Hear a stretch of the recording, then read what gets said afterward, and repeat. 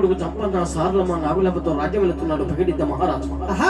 ఇంతలో కాలమడ్డం తిరిగింది, చిన్నేడారం వీడైంది.